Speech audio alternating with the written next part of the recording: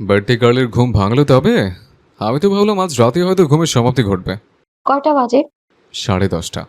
রিদওয়ানের কথা শুনে ভোর জলদি করে উঠল। এরপর আশেপাশে নজর ঘুরিয়ে রুমটা দেখতে লাগলো। কাল অনেক রাত করে আসায় তেমন ভাবে কিছুই দেখতে পারেনি সে। আমরা এখন কোন জায়গায় আছি? রাতার গোল। কোন রাতার গুল? ভোরের কথায় রিদওয়ান কপাল চুলকালো। কয়টা রাতার গোল চেনো না তুমি, হ্যাঁ? একটা। আর সে কোন জায়গায় জেনে অবস্থিত? কোন জায়গায় আবার সিলেটে? আচ্ছা, আপনি এত কথা পেঁচাচ্ছেন কেন? আমার কথায় পেছানোতে তুমি তোমার উত্তর পেয়ে গেছো আনি। ঠিকভাবে বললেই হতো যে আমরা সিলেটে রাতার গুলে এসেছি। এত কথা বলার কি আছে আজব? ভোর কথাটা বলেই মুখ ভেঙিয়ে উঠে পড়ল। এরপর পাশে থাকা ওড়না নিয়ে গায়ে জড়ালো। এটা পড়ার কি দরকার? রুমে শুধু আমি আছে। আপনি আছেন দেখেই পড়েছি। ভোরের কথায় ব্রু কুচকে মুখটাকে বাংলার পাঁচ করলো। এই মেয়ে এখন এমন খইয়ের মতো করে কথার জবাব দেয় যে সে নিজেই এখন বেশিরভাগ সময় চুপ হয়ে যায়। ভোর উঠেই নিজের লম্বা চুলগুলো পেঁচিয়ে ওয়াশরুমে ঢুকে পড়ল। এদিকে রিদওয়ানের ফোন বেজে ওঠায় সেও ফোন রিসিভ করে কানে তুলল। কেমন আছো রিদওয়ান? হঠাৎ পরিচিত কণ্ঠস্বর শুনে কপাল কুঁচকালো। নিজের ফোন হাতে নিয়ে আবারও দেখলো নম্বরটা। বাংলাদেশি নম্বর দেখে কিছু একটা ভাবলো। কি হলো রিদওয়ান, কথা বলছো না কেন? শরীর চুলকানি কি আবারও শুরু হচ্ছে নাকি? নাকি তোর সো কল সুগার ডায়েরি তোর চুলকানি কমাতে পারলো না এখনো? রিদওয়ানের কুরুচিপূর্ণ কথা শুনে ওপাশে থাকা মেয়েটি নিজের চুল খামছে ধরল। রিদওয়ান, তুমি এইভাবে কেন কথা বলছো? তুমি তো জানো আমি তোমাকে ঠিক কতটা ভালোবাসি। অল্প বয়সে এসে একটু না হয় ভুল করলাম, তার জন্য কি আমার ভালোবাসা কমে গেল? তুমি আমার কিশোরী বয়সের ভালোবাসা Ridwan. Just shut your mouth. তোর নোংরা মুখে আরেকবার যদি আমার নাম নিস তাহলে কথা বলার জন্য এই মুখই আর থাকবে না। রিদওয়ানের কথায় মেয়েটি যেন মুহূর্তেই খেপে গেল। আমার এই নোংরা মুখ দিয়ে দরকার হলে সারা দিন তোমার নাম জপ করব। কি করতে পারবে তুমি? কিছুই করতে পারবে না, বুঝলে? মেয়েটির কথা শুনে রিদওয়ান নিজের কপাল চুলকিয়ে। আমাকে চ্যালেঞ্জ দিচ্ছিস? মনে পড়ে তো তোর চ্যালেঞ্জের পরিণতি কি হয়েছিল? নাকি আবার মনে করিয়ে দিতে চাইছিস? I have no problem. তোদের মতো কিটকে ছুঁড়ে ফেলতে বেশ মজাই লাগে।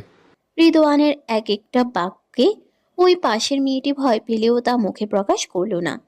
বিয়ে করেছো কেন রেদওয়ান?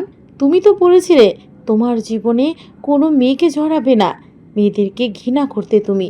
তাহলে কেন বিয়ে করলে রিদওয়ান? কেন তুমি নিজের জীবনে অন্য নারীকে জড়ালে? মেয়েটির পাগলামি কথাবার্তা যেন রিদওয়ানের মেজাজ খারাপ করে দিল।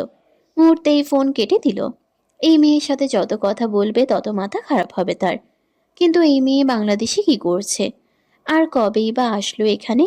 নিজের ফোনে অ্যাসিস্ট্যান্টের নম্বর ডায়াল করে ফোন লাগালো। আসফ, একটা নম্বর পাঠিয়েছে। লোকেশন আর কার নামে রেজিস্ট্রি করা সব বের করে আমাকে কিছুক্ষণের মধ্যে জানাও। ঠিক আছে স্যার।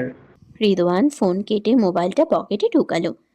এরপর পিছু ঘুরতে নিলেই ভোরকে এক হাত কোমরে আরেক হাত থুতনিতে রেখে কিছু ভাবতে দেখে এইভাবে খাম্বার মতো দাঁড়িয়েছো কেন?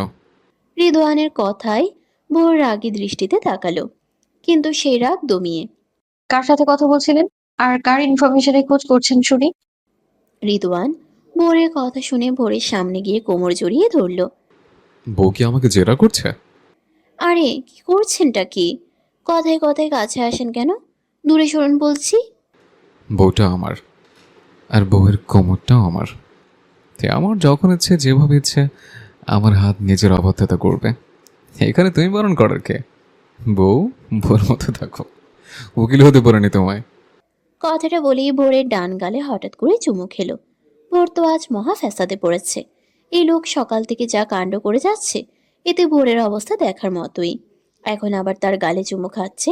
মনে হয় এই লোক তাকে সরকারি কারখানা পেয়েছে, যখন যেভাবে পারছে একটু একটু করে ছুঁয়ে দিচ্ছে। অসভ্য একটা। আমি কিন্তু এখন কান্না করে দেব।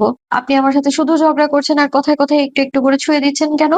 ভোরের কথার মাঝেই চোখে ফোঁটা ফোঁটা জল জমা হলো, যা রিদওয়ান দেখে তৎক্ষণাৎ চোখেও চুমু দিল। ভোরের কথাগুলোকে যেন পাত্তাই দিল না, ফের আবারও তার চোখেই ছুঁয়ে দিচ্ছে। কামাতেরে বসাচ্ছে না, না হানি? বেশি করে ছুঁয়ে দিতে হবে, তাহলে আর ঝগড়া করবো না। একদম লক্ষ্মী জামাই হয়ে যাব। কি দেই ছুঁয়ে? রিদওয়ানের কথায় ভোর এবার সত্যি সত্যি কান্না করে দিল। এই লোক এভাবেই কথা বলে আর কাজ করে যে তাকে ভীষণ রকমের লজ্জায় পড়তে হয় এইসবে। না পারছে এসব নিয়ে কথা শোনাতে, আর না পাচ্ছে রিদওয়ানের বাহু থেকে ছুটতে। ভোরের হঠাৎ করা কান্নাতে যেন রিদওয়ান ভ্যাবাচেকা খেয়ে গেল। এই মেয়ে তো দেখা যায় রিদওয়ানের হাল বেহাল করে ছাড়বে। কি এক জাতাকলে পড়েছে সে। সাথে সাথে ভোরকে ছেড়ে দূরে সরে দাঁড়ালো। Stop crying stupid. আর এক ফোঁটাও যাতে চোখের জল না পড়ে। প্লিজ স্টপ ভোর। রিদওয়ানের আকুল কথাবার্তায় ভোর নিজের চোখের জল ফেলানো কমিয়ে ফেলল। এরপর নাক টেনেই, সত্যি বলছেন তো? আমি মিথ্যা বলি না। এখন তাড়াতাড়ি তৈরি হয়ে নাও। বেডে ড্রেস রাখা আছে, একটু পরে বের হবো। বারান্দায় আছি আমি, তাড়াতাড়ি করো। কথাটা বলেই রিদওয়ান নিজের স্থান ত্যাগ করলো। বারান্দার দরজা টেনে বন্ধ করে দিল তা। পকেট থেকে সিগারেট বের করে হাতের ফাঁক দিয়ে জ্বালালো তৎক্ষণাৎ। আগুন ফুলকিত করে এক টানে ফুসফুসের মধ্যে ধোঁয়া জমা করিয়ে নিজের ভেতরে থাকা উত্তেজিত চাপটা কমানোর চেষ্টা করতে থাকলো এক একটা নিঃশ্বাসের বদলতে। এইদিকে ভোর নিজের চোখের মধ্যে থাকা কান্নার উৎসগুলোকে মুহূর্তেই হাসির ঝলকে রূপান্তর করলো। বাহ ভোর, তুই তো মিথ্যে কান্নাও করতে শিখে গিয়েছিস। Great job. এভাবেই এই অসভ্য লোকটাকে জব্দ করবি। কথাটা বলেই নিজেকে নিজেই সাবাস দিতে লাগলো। এতক্ষণ সে মিথ্যা কান্নার অজুহাত দিয়ে রিদওয়ানের থেকে নিজেকে ছাড়িয়ে নিয়েছে। এইভাবে হুটহাট রিদওয়ানের কাছে আসাটা যেন ভোরের মনের মধ্যে শত শত প্রজাপতির উড়াউড়ি করিয়ে দেয়। লোকটা কেমন যেন নিজের কাছে এক খারাপ অভ্যাসে পরিণত হচ্ছে। চোখের আড়াল হলেই যেন স্পন্দনের গতিগুলোও থমকে যেতে থাকে। আবার কাছে আসলেও নিজের বেহাল দশায় পরিণত হয়। দুই দিকেই যেন ভোরের অবস্থা দেখার মতো। ভোরের নিজেরও একটা অভ্যাস খারাপ হয়েছে।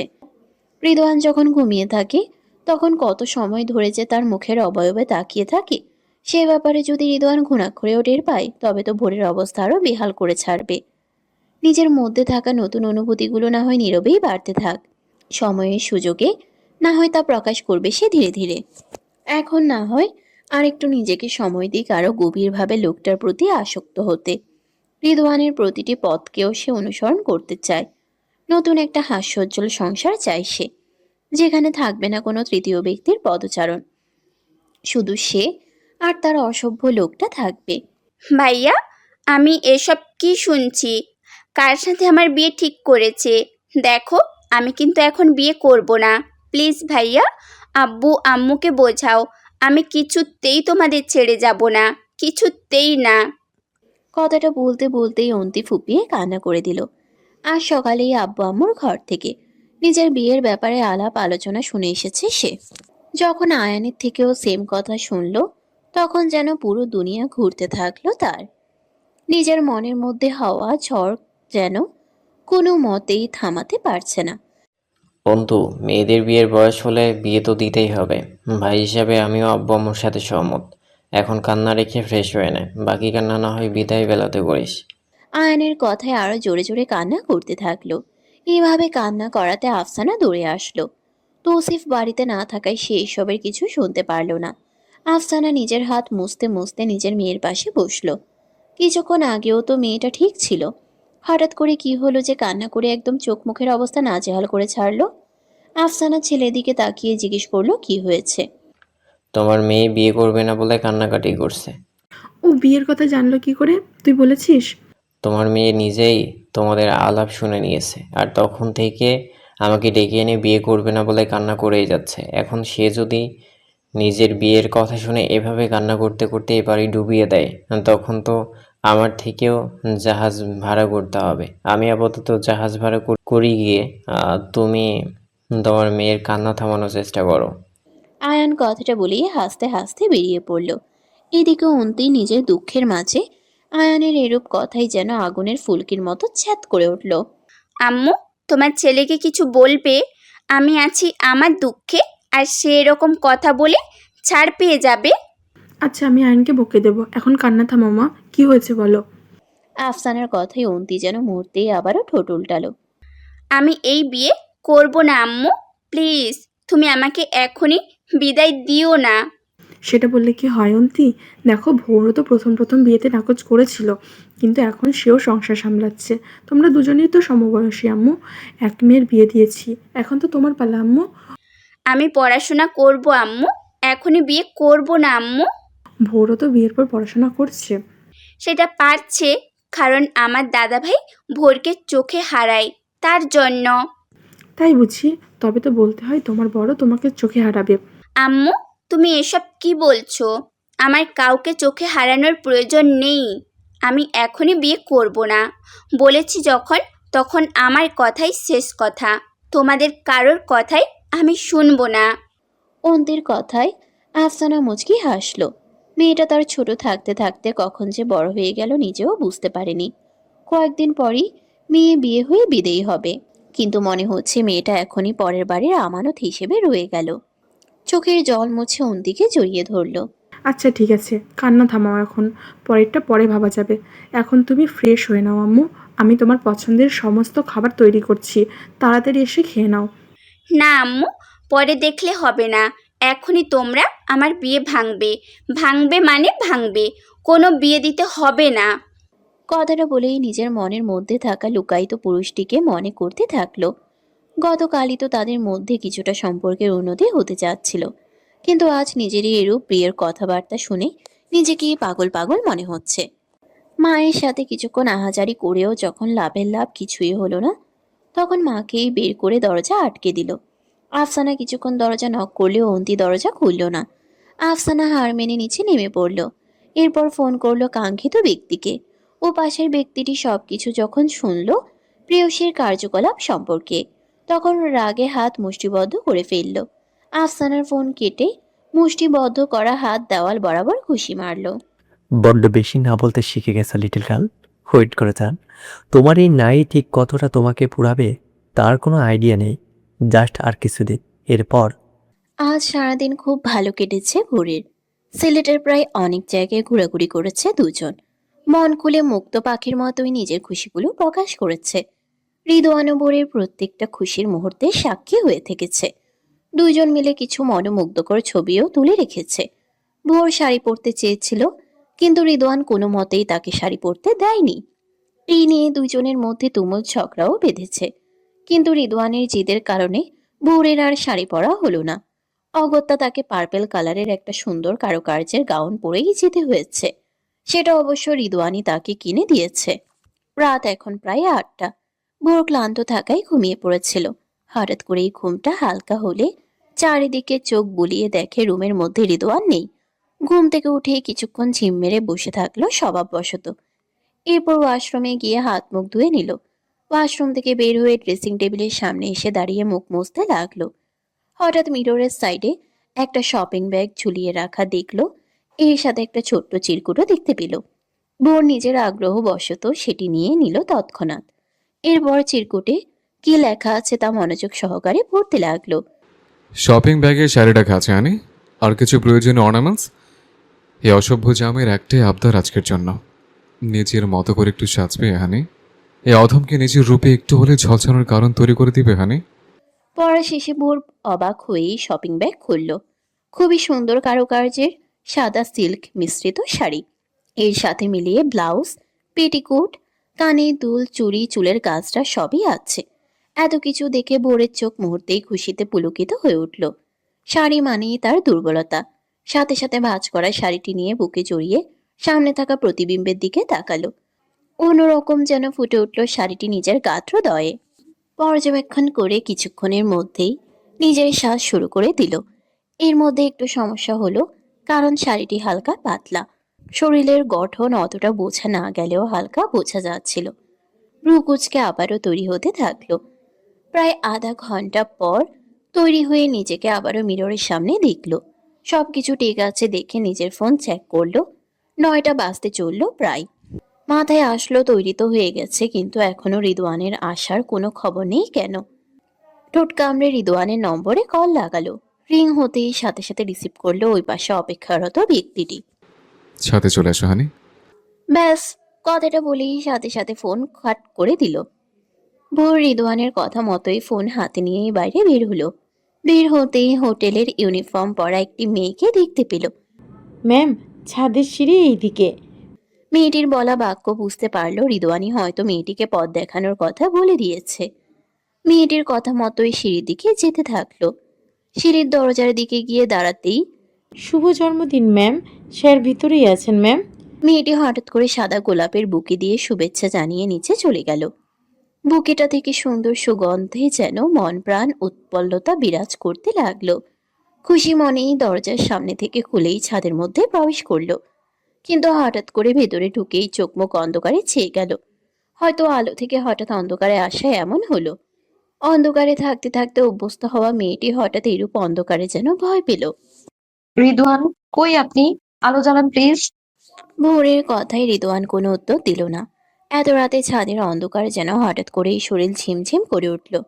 ভারী নিঃশ্বাস ফেলে আবার রিদওয়ানকে ডাক দিতে গেলে হাসকি স্বরে কানের মধ্যে সুরসুরি লাগলো। Happy birthday my love.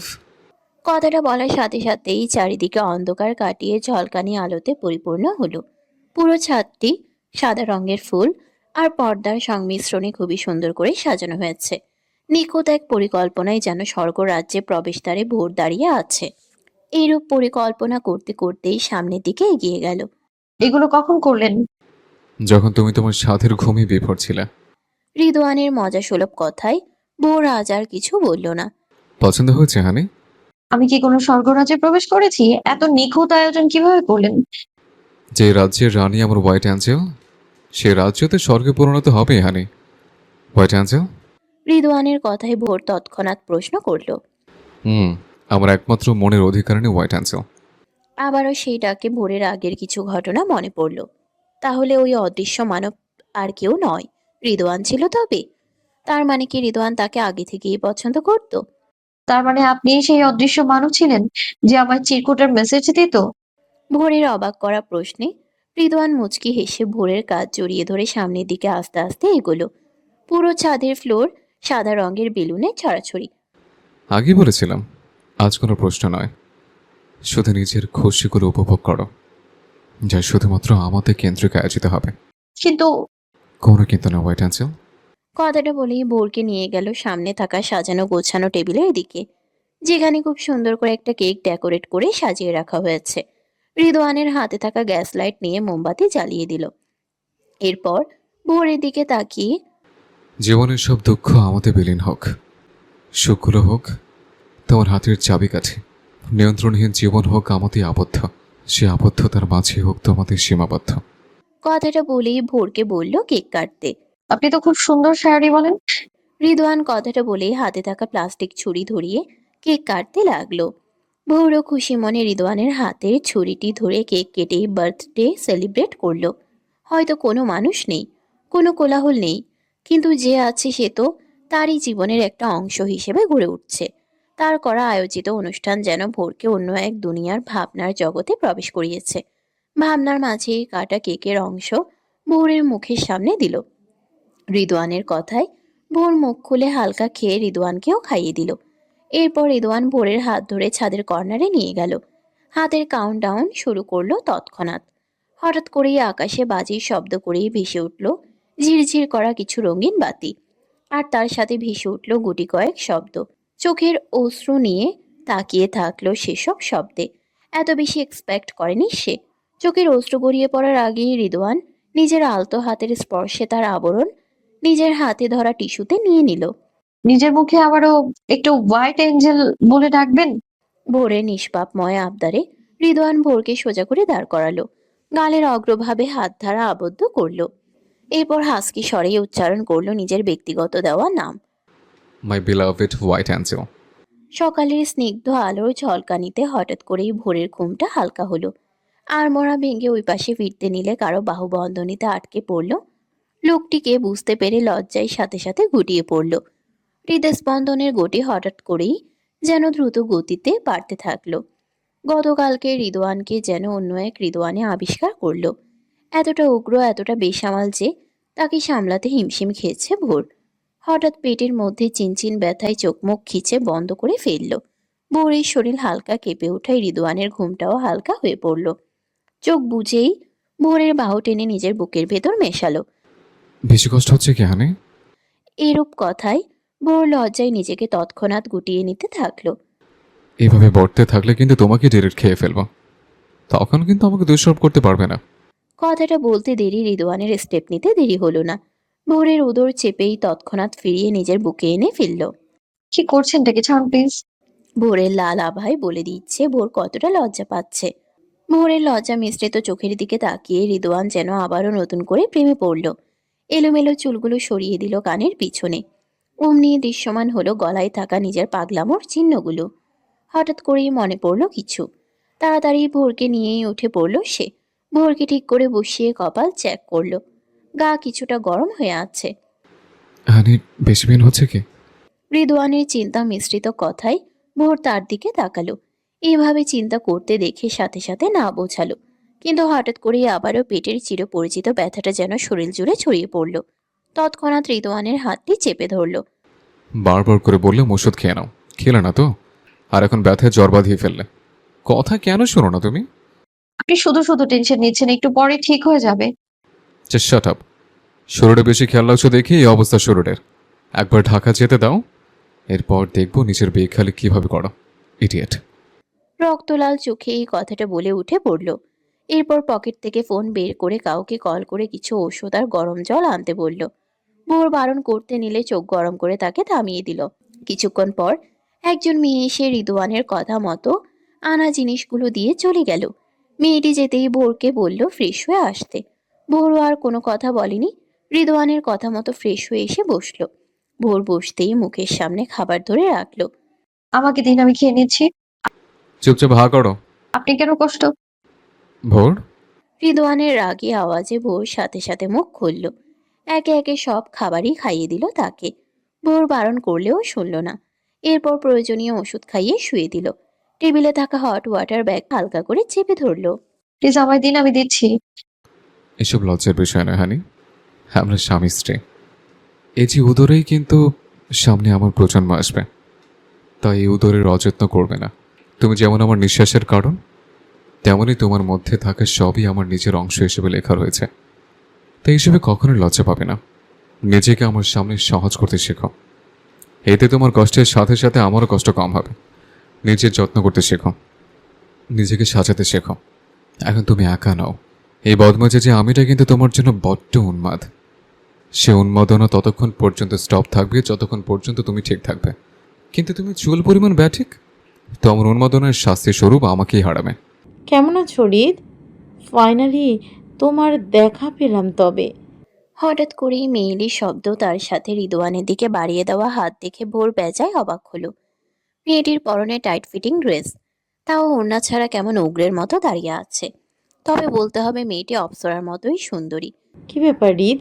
Handshake করতেও কি কার্পণ্য বোধ করছো? রিদওয়ান চোয়াল শক্ত করে মেয়েটিকে এড়িয়ে ভোরকে একপাশ দিয়ে জড়িয়ে ধরেই বাসায় প্রবেশ করলো। এভাবে ইগনোর করাই মেয়েটি বেজায় চটল। তবে তা মুখে প্রকাশ না করেই তাদের পিছু পিছু গিয়ে ড্রয়িং রুমের সামনে দাঁড়ালো, যেখানে আগে থেকেই সবাই উপস্থিত ছিল। হঠাৎ আপনারা আমাদের বাসায় কি মনে করে? কেন, এখানে কি আমাদের আসা বারণ রিদওয়ান? মেয়েটির কথায় রিদওয়ান আবারও চুপ থাকলো। দরকারের কাছে এখানে আসা হয়েছে রিদওয়ান। ভদ্রলোক জবাব দিল। ঠিক আছে, বসুন তবে। রাতের খাবার খেয়ে যাবেন কিন্তু। আমার ওয়াইফ খুব ক্লান্ত বিধায় আড্ডায় যোগ দিতে পারলাম না। কথাটা শেষ করেই সবার সামনে রিদওয়ান ভোরের এক হাত ধরে উপরে চলে গেল। অন্য মেয়ের হাত এইভাবে ধরে নেওয়ায় সারা নামক মেয়েটি ব্যথিত দৃষ্টিতে তাকালো। ভাইজান ভাবি বসুন আপনারা, হৃদের আব্বু কিছুক্ষণ পরে চলে আসবে। তোমার ছেলের কাণ্ড দেখলাম তোর না, দেখলি তো কেমন বেহার মতো করে আমাদের সামনে নিজের বউকে নিয়ে চলে গেল। সানার মায়ের কথায় তুর্না বেজায় বিরক্ত হলো, তবে মুখে কিছুই বলল না। এমনিতেই সানাকে সে দুই চোখে দেখতে পারে না, কিন্তু নিজের স্বামীর পরম বন্ধু হলো সানার আব্বু মিস্টার সাইদুল চৌধুরী, যার সাথে সে স্কুল জীবন থেকে বন্ধুত্ব। বলতে গেলে নিজেদের মধ্যে ভাই ভাই সম্পর্ক বিরাজমান আছে এখনো পর্যন্ত। সানার আব্বু খুবই ভালো একজন মানুষ, তবে সানার আম্মু আর সানা দুজনই অহংকারী ধাঁচে। সানা মেয়েটাকে তুর্নার আগে ভালো লাগলেও 5 বছর আগের করা কাজের জন্য তাকে একদম সহ্য করতে পারে না। মেয়েদের কিভাবে রেসপেক্ট করতে হয় সেই বিষয়ে আমার ছেলের ভালোই জ্ঞান আছে ভাবি। আর ভোর তো রেদওয়ানের স্ত্রী, তাই তার কোন জিনিসের সুবিধা হয় আর কোন জিনিসের অসুবিধা হয় সেটা স্বামী হিসেবে খুব ভালোই খেয়াল রাখে আমাদের রেদওয়ান। তাই এসব নিয়ে কথা না বাড়ানোই ভালো ভাবি। তুর্নার কথায় সানার মা মুখ ভেঙিয়ে সোফায় গিয়ে বসলো। স্বামীর ভয়ে আর কিছু বলল না। পরে না হয় এসব নিয়ে কথা বলা যাবে, আছেই তো কয়েকদিন। এইদিকে সানা এসব দেখেও কিছু বলল না, কুটিল হেসে কিছু একটা ভাবলো। এরপর ফোনে কাউকে মেসেজ পাঠিয়ে তুর্নাকে বলল সে ওয়াশরুমে যাবে। তুর্না হ্যাঁ না কিছুই বলেনি, স্টাফকে বলল নিয়ে যেতে তাকে। কিন্তু সানা এতে বাদ সাধে, সে নিজেই যেতে পারবে বলে স্টাফকে মাঝ রাস্তায় ফিরে যেতে বলে। অল্প পানি ঢালবে, বেশি পানি ঢালার দরকার নেই। জ্বর কিন্তু এখন আছে শরীরে। আপনি ফ্রেশ হবেন না? ইম্পর্টেন্ট একটা মেল পাঠাতে হবে অফিসে, ওটা শেষ করেই ফ্রেশ হবো। তুমি ততক্ষণ ফ্রেশ হয়ে এসো। রিদওয়ান কথাটা বলিয়ে ল্যাপটপ নিয়ে কাজ করতে থাকলো। ভোর দোনা মোনা করে কোনো মতে কাপড় নিয়ে ওয়াশরুমে ঢুকলো। মনের ভিতর প্রশ্ন থাকলেও তা করতে পারল না। লং জার্নিতে শরীর এমনিতেই দুর্বল লাগছে।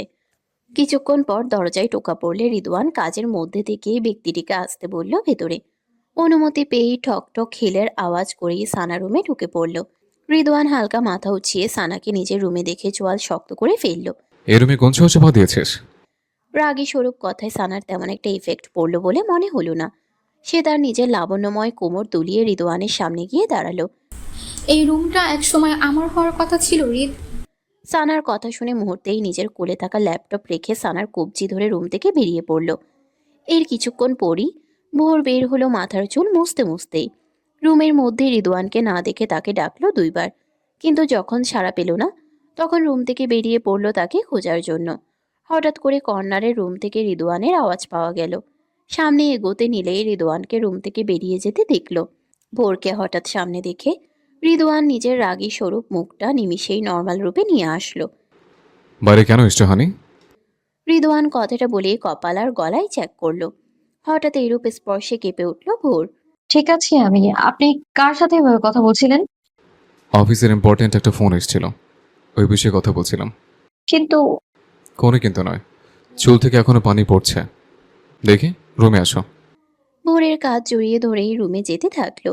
ভোর তবুও নিজের কৌতূহলতা নিয়েই পিছনে তাকালো। দরজার সাইডে কারো অবয়ব দেখা যাচ্ছে, আর সাথে লাল পেন্সিল হিলের জুতো। এরূপ জুতো তো ওই মেয়েটি পরে এসেছিল। এই মেয়ে রিদওয়ানের সাথে এই কর্নার রুমে কি করছিল? আর রিদওয়ানি বা মিথ্যে কেন বলল? রুমে ঢুকেই তোয়ালেতে পেঁচিয়ে রাখা ভেজা চুলগুলো রিদওয়ান মুহূর্তেই বাঁধনমুক্ত করলো।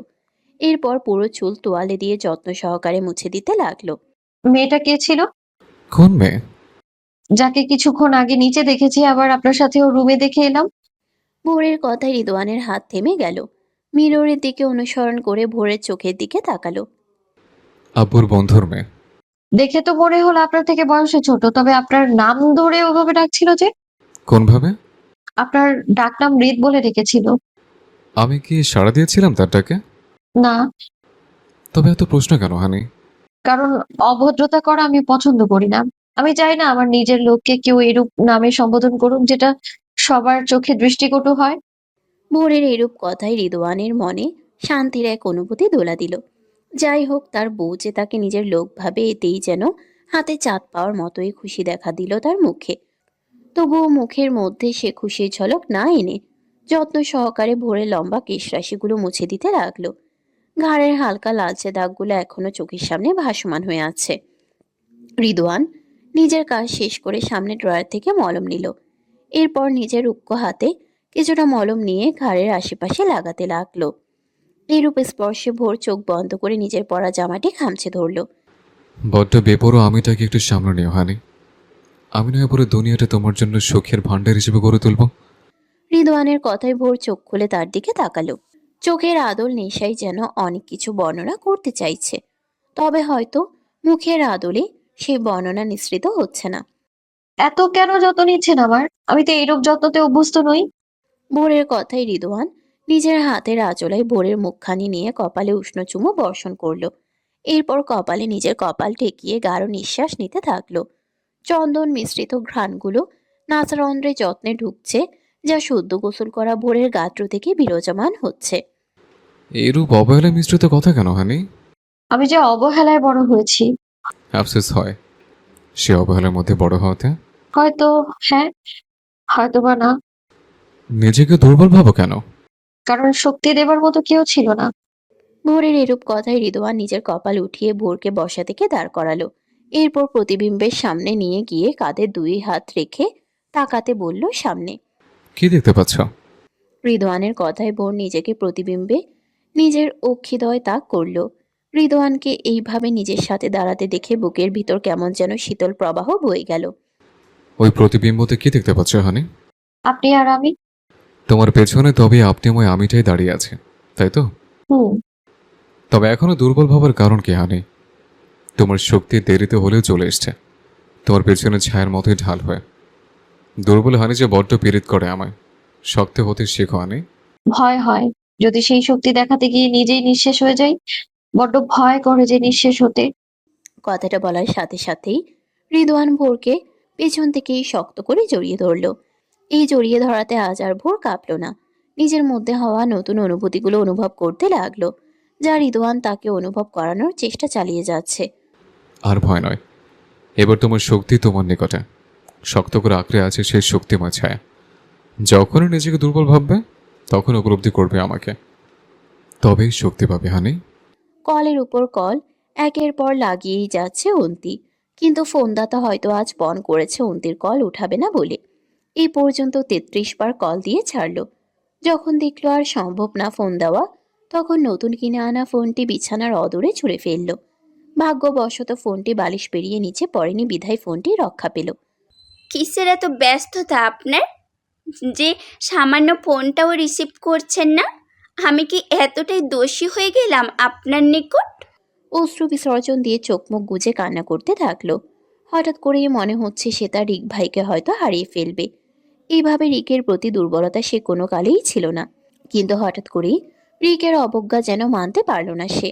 এক ভয়ানক আসক্ততায় জড়িয়ে পড়ল কঠিনভাবে। নিঃশ্বাস ভারী করতে করতেই সে অবস্থাতেই শুয়ে পড়ল এক মন ভাঙা স্নিগ্ধ ফুল। বড্ড বেশি যে পীড়িত হচ্ছি আমি, খুব যে কষ্ট হচ্ছে রিক ভাই।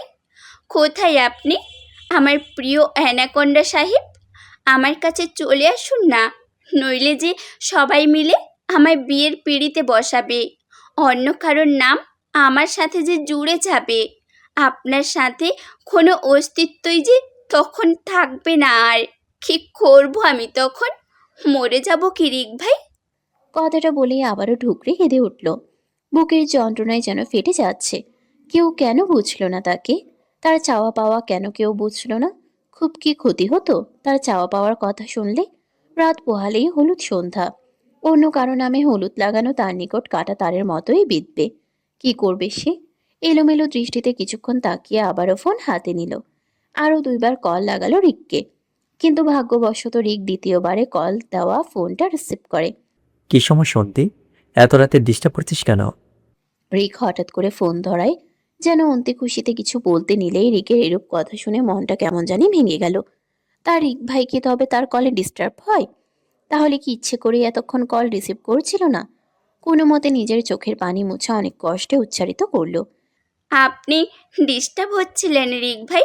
আমার কলে ডিস্টার্ব হন আপনি? হ্যাঁ হয়। কাণ্ডজ্ঞান নেই তোর? একজন ছেলেকে রাত প্রতি এভাবে ডিস্টার্ব করিস? লজ্জা মাথা খেয়েছিস? রিক ভাই, আর বলতে পারল না। রিক তৎক্ষণাৎ কল কেটে দিল। এইভাবে মুখের উপর কল কেটে দেওয়ায় অন্তি সমানে চোখের অশ্রু ফেলতে লাগলো। হাত থেকে ফোনটি পড়ে গেল। চোখের অশ্রু যেন তার বাঁধ ভেঙেছে। আপনিও শুনলেন না আমার কথা? আপনিও সবার মতোই আমার অবক্ত কথাগুলো শুনেই ফোন কেটে দিলেন রিক ভাই? তবে কি আমার আপনার প্রতি আসক্ত একপাক্ষিক ছিল? আমি কি আপনার মায়ায় জড়ালাম একপাক্ষিক হয়ে? আপনি কি কখনোই আমাকে ভালোবাসেননি রিক ভাই? তবে কি সব কিছু ছলনা করেছিলেন? আমি কি মরীচিকার পেছনে ছুটছিলাম এতদিন? ভেঙে দিলেন কেন আমায় রিক ভাই? কেন ভেঙে দিলেন? একটুও কি আমায় ভালোবাসা যেত না? একটু করেই আপনার মনে জায়গা দিতেন রিক ভাই? অযত্নেই না হয় পড়ে থাকতাম, তবুও তো আপনার নামে থাকতাম। ভেঙে দিলেন কেন রিক ভাই আমায়? কেন? ভীষণ যে বাজেভাবে ভেঙে দিলেন। কি ভেবেছিলি আমাকে ছেড়ে যা ফোন দেওয়াচ্ছে এতই সহজ আমার থেকে মুক্তি পাওয়া? এই বল, এতই সহজ? কি করতে যাচ্ছিলি তুই অন্তি? কথাটা বলেই রিক হঠাৎ করেই থাপ্পড় মারল অন্তিকে। থাপ্পড়ের জোর ভালোই ছিল বিধায় তৎক্ষণাৎ বিছানার উপর হয়ে পড়ল। তার হাতে থাকা ট্যাবলেটগুলো বিচ্ছিন্ন হয়ে পড়ে গেল আশেপাশে। অন্তি নিজের থাপ্পড়ের ব্যথা ভুলে আজ যেন রণচণ্ডী রূপ ধারণ করলো। কোন সাহসে আপনি আমার গালে থাপ্পড় মেরেছেন? আর আমার লাইফে আমি কি করব না করব সেটা একমাত্র আমার সিদ্ধান্ত। আপনি কে? হ্যাঁ, আপনি কে আমার লাইফ সম্পর্কে কথা বলার? আমার ফোন দেওয়াতে যেমন আপনি বিরক্ত হন না, তেমনি আমিও বিরক্ত হই আপনার এরূপ অধিকার প্রয়োগ করাতে। বুঝতে পেরেছেন মিস্টার রিক সিকদার? জাস্ট বিরক্ত লাগে আপনাকে, আপনাদের সবাইকে। আপনারা কেউ আমার কথা ভাবেন না, কেউ না। শুধু সবার সিদ্ধান্তটা আমার উপরে চাপিয়ে দিতে পারেন, যেমনটা ভোরের জীবনে চাপিয়ে দেওয়া হয়েছিল। অন্তির রাগী সুলভ কথায় রিকো যেন নিজের মাথা গরম করে ছাড়ল। আশেপাশে জিনিসপত্র ভেঙে চুরমার করে ফেলল কিছু সময়ের ব্যবধানে। হঠাৎ করে এরূপ ঝনঝন আওয়াজে আফসানা, তৌসিফ, আয়ান ঘুম থেকে উঠে পড়ল। আওয়াজের উৎস বুঝতে পেরে সবাই ছুটল। অন্তির রুম থেকে আওয়াজটা হচ্ছে বিধায় আফসানা ভীতু চেহারা নিয়েই দরজা ধাক্কাতে লাগলো। অন্তি মামুনি, কি হয়েছে মা? দরজা খোল। বনু, কিসের শব্দ হচ্ছে? দরজা খোল বোন। দেখ, আম্মু ভয় পাচ্ছে, খোল দরজা। আয়ান আর আফসানার আওয়াজে রিকের মাথা যেন আরো বেশি রক্তিম হয়ে উঠল। দরজা ধাক্কানোতে অন্তি নিজের সম্ভিতে ফিরল। নিজের রাগ স্বরূপ কি করতে যাচ্ছিল তা ভাবতেই হঠাৎ করেই ভয় পেতে শুরু করলো। আর সেই ভয়কেই সত্যি প্রমাণ করে রিক সাথে সাথে দরজা খুলেই আয়ানের কলার চেপে ধরল। আমার বউকে তোমাদের হেফাজতে রেখেছিলাম কিসের জন্যে? বলো কিসের জন্যে? রিকের হঠাৎ কাণ্ডে আফসানা আর তৌসিফ অবাক হলো ভীষণ। ওইদিকে অন্তির অবস্থা ভালো না দেখে আফসানা দৌড়ে অন্তির কাছে গেল। কি হয়েছে আম্মু তোমার? এই অবস্থা কেন? আফসানার কথায় অন্তি আরো বেশি ভয় পেয়ে নিজেকে গুটিয়ে নিল। রিক, কি হয়েছে? দেখ, মাথা ঠান্ডা কর, কি হয়েছে বল। কি হয়নি সেটা বলো। আমার জান কেড়ে নিয়ে তোমার বোন সুইসাইড করতে যাচ্ছিল আয়ন ভাই। আমি যদি ঠিক সময় না আসতাম। আর বলতে পারল না রিক। সাথে সাথে আয়ানকে ছেড়ে পাশে থাকা দেওয়ালে পাঞ্চ মারলো 2 থেকে 3টে। তবুও যেন রাগ কমলো না তার। এদিকে রিকের কথা শুনে সবাই যেন আকাশ থেকে পড়ল। বুঝতে পারছে না তারা অন্তির হঠাৎ এরূপ পদক্ষেপ নেওয়ার কারণ কি। রিক এসব কি বলছে অন্তি? তুই আসলে এরকম একটা কাজ করতে যাচ্ছিলি? আফসানার কথায় অন্তি কিছুই বলল না। ভয় শরীর কাঁপতে থাকলো তার। অন্তির পাশে কিছু ওষুধ পড়ে থাকতে দেখে আয়ান তখনই অন্তির হাতে থাকা ওষুধের পাতা নিয়ে বুঝতে পারলো ঘুমের ওষুধ এগুলো। হাত কাঁপলো তারও। আফসানা ব্যাপারটা বুঝতে পেরে অন্তিকে নিজের বুক থেকে নিয়েই গালের সাথে সাথে থাপ্পড় মারলো। নিজের এত বড় সর্বনাশ কেন করতে যাচ্ছিলে? আমরা কি তোকে এতটাই টর্চার করতাম যে নিজের জীবন শেষ করার সিদ্ধান্ত নিয়ে নিলি? কিরে, এখন চুপ করে আছিস কেন? কথা বল। গালে থাপ্পড় খেয়ে আবারও কান্না করে দিল অন্তি। তৌসিফেরও ঘটনাটা শুনে বুক কামড়ে উঠল। তার ছোট্ট মেয়েটা হঠাৎ এরকম সিদ্ধান্ত কেনই বা নিল। তৌসিফ গিয়ে অন্তির পাশে গিয়ে বসলো। মামনি, মা আমার, এরকম নিকৃষ্ট কাজ কেন করতে যাচ্ছিলে মা? আব্বু কি এত বেশি অপরাধ করে ফেলেছিলাম আম্মু, যে আম্মু নিজেকে এভাবে শেষ করতে চাইছিল? তৌসিফের কথায় অন্তি বাবার বুকে ঠাঁই নিল। আব্বু, আমি খুব করে সরি গো, আমি বুঝতে পারিনি। কেমন জানি অসহায় লাগছিল নিজেকে। তোমরা কেউ আমার কথা শুনছিলে না, আমার মতামত ছাড়াই আমার বিয়ে দিতে চাইছিলে, তাই আমিও রাগের মাথায়। আর বলতে পারলো না ফুপিয়ে আবারও কান্না করতে থাকলো। তোমার কি রিককে বিয়ে করতে আপত্তি ছিল আম্মু? আব্বুকে বলতে, তাহলে তো আমি এই বিয়ে আটকে দিতাম। তৌসিফের কথায় অন্তি যেন সাত আসমান থেকে পড়ল। নিজের কান্না ভুলে অবাক হয়ে তাড়াতাড়ি নিজের বাবার বুক থেকে উঠেই। রিক ভাইয়ের সাথে বিয়ে? ঠিক বুঝলাম না আব্বু, আমার বিয়ে তো তোমার কোন বন্ধুর ছেলের সাথে। আর বলতে পারল না। তৌসিফ গম্ভীর চোখে আয়ানের দিকে তাকালো। আমার দিকে তাকাচ্ছ না কেন? এসব কি ধরনের মজা আয়ান? ওকে সত্যিটা বলনি কেন? আমি বলতে বারণ করেছিলাম শ্বশুর আব্বু। রিকের কথায় তৌসিফ রাগীভাবে তাকালো। তোমাদের এইসব বলা না বলার কথার মাঝে আমার মেয়েটা আজ কি করতে যাচ্ছিল, তোমাদের কোনো আইডিয়া আছে? তৌসিফের কথায় আয়ানে নিজেরই খারাপ লাগছিল। তাই বলে কি এই মেয়ে এরকম সিদ্ধান্ত নেবে? আমরা কি তাকে বানের জলে ভাসিয়ে দেওয়ার পরিকল্পনা করছিলাম? আফসানার রাগী সুলভ কথায় তৌসিফ হাত উঠিয়ে চুপ করতে বলল। এর মধ্যেই রিক এসে তৌসিফের পাশ থেকে অন্তির হাত ধরে টান দিল। কি হচ্ছে কি রিক? এটা কি ধরনের অসভ্যতা? আমার বউয়ের সাথে আমি অসভ্যতা করতেই পারি শ্বশুর আব্বু, এতে আপনি বাধা দিলেও মানব না। আর কথাটা বলেই অন্তিকে টেনে নিজের পাশে দাঁড় করালো। অনেক রেখেছেন আমার বউকে আপনাদের সাথে, এখন এক মুহূর্ত আমার বউ এখানে থাকবে না। পাগলামি করো না রিক, কাল বাদে পরশু বিয়ে, এভাবে আমার মেয়েকে নিয়ে যেতে পারো না। আমি কি পারি না পারি তার হিসেব না হয় আপনার মেয়েকে বোঝাবো। আপাতত সিঙ্গেল থাকতে আর ইচ্ছে করছে না। কথাটা বলেই অন্তিকে মুহূর্তেই পাজা কোলে উঠিয়ে নিল। আব্বু, আম্মু, আমি যাব না। আরেকবার যদি গলা উঁচু হয় তোর, তাহলে কিন্তু আজ সারা রাত চিৎকারের ওপরে রাখবো তোকে অন্তি।